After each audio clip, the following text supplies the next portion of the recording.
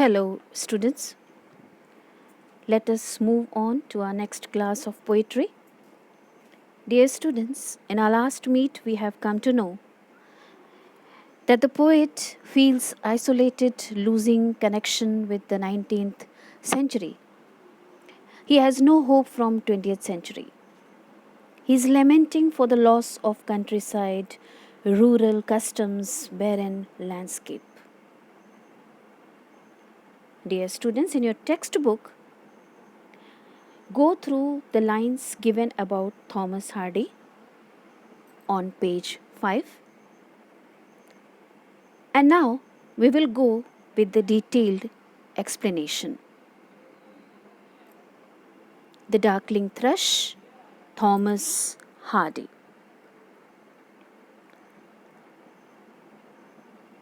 I leant upon a coppice gate when frost was spectre grey, and winter's dregs made desolate the weakening eye of day. The tangled vine stems scored the sky like strings of broken lyres, and all mankind that haunted nigh had sought their household fires.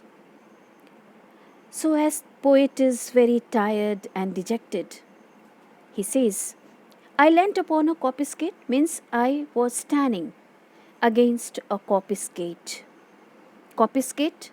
Coppice gate is a wooden gate which opens into the coppice. And what is coppice? Coppice is an area of woodland where trees are cut for growth and firewood. So he is leaning against the coppice gate and looking outside the landscape. When frost was spectre grey, means it was cold and winter.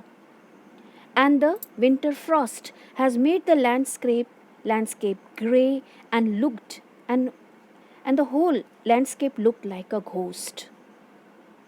And winter's dregs made desolate the weakening eye of day.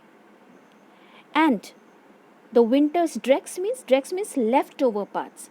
The winter's leftover parts means the end of this day.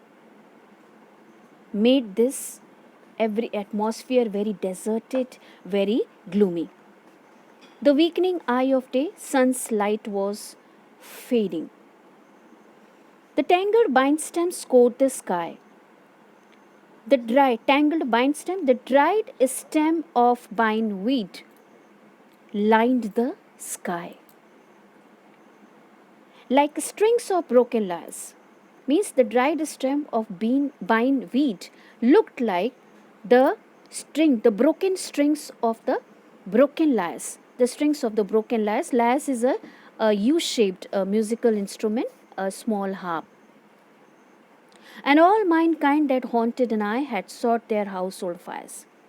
And due to cold and being worried, people have accepted the haunted, the ghostly quality, except the poet. So all mankind that haunted nigh had sought their household fires, means they have decided to retire to their homes and sit near the fire to get comfort and warmth through the fire.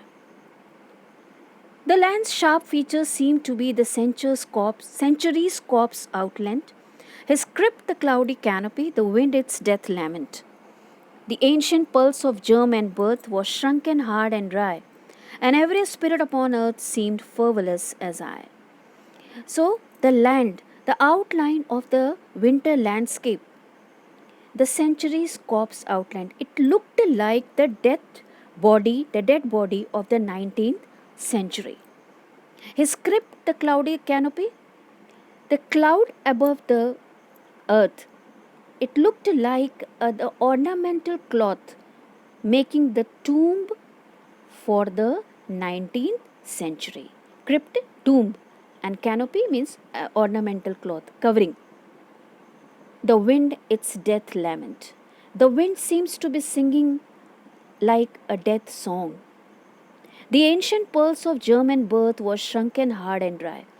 The ancient life force, the life force which was there, the seeds of spring now have shrunken and dried. Means the rhythm of conception. The rhythm of conception or birth had slowed down, and every spirit upon earth seemed ferveless as I. And every spirit on earth, like the poet, was with the lack of passion. There was no zeal, no enthusiasm. At once a voice arose among the bleak twigs overhead in a full hearted, even song of joy illimited. Suddenly, the poet hears a cheerful voice burst out among the bleak twigs, among the dreary twigs overhead the tree. In a full hearted, even song of joy illimited, and he heard the evening song, the song sung in the evening for prayer, with the joy unlimited. And what he found? An aged thrush, frail, gaunt, and small, in blast beruffled plume, had chosen thus to fling his soul upon the growing gloom. He found that an aged, the old thrush, a bird, singing bird, frail, feeble, gaunt, thin, and small, in blast beruffled plume, whose feathers were disordered by the strong wind, who was almost on the verge of his death, was singing a joyful song, had chosen thus to fling his soul. He had chosen the short period of enjoyment by singing a song upon the growing gloom, in the midst of growing gloom, the deepening twilight. At the last stage of life, though he was at the last stage of life, he was singing, he was showing his short period of enjoyment. So little cause for carolings of such ecstatic sound was written on terrestrial things, afar or nigh around, that I could think there tremble through his happy good night air some blessed hope whereof he knew, and I was unaware. So the poet thinks that to the poet his song seemed to express some religious belief of the hope of good fortune, as it happened when the Christ was suffering, and it gave, and the people were thinking that now the Christ will come after his death, he will again come and heal the mankind. So carolings means songs. He was singing the songs like carolings. Carols they remind about the Jesus and hope. So this his song was giving the hope of any spiritual reason of joy, Christmas carols, or hope as Jesus coming to heal mankind. So little cause for carolings of such ecstatic sound. So his song seemed to be, he was singing in such a joyful way that it was giving a joyful sound, was written on terrestrial things afar or nigh around, as it seemed that he had seen something written on earthly things, afar or near around. But the poet could not see anything where anything was written or hopeful thing was written. That I could think there trembled through his happy good night air. I could not find out that from where he get anything, the reason to sing this joyful song, to sing joyfully, which could make him sing. And his song was seemed to be saying the good night. Good night, some blessed hope whereof he knew, and I was unaware.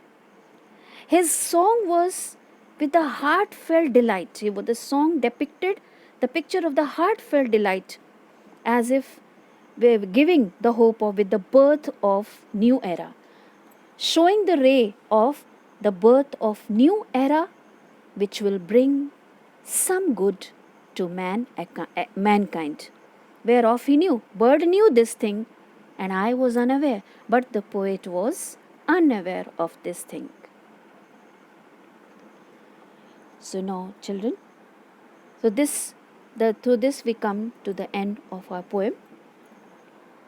Now, you go with the theme. So what did you get the theme from this poem? No end to life. So go through these lines, you will understand this. The second thing is man versus nature and the preservation. So these are the three themes that poet wanted to point out.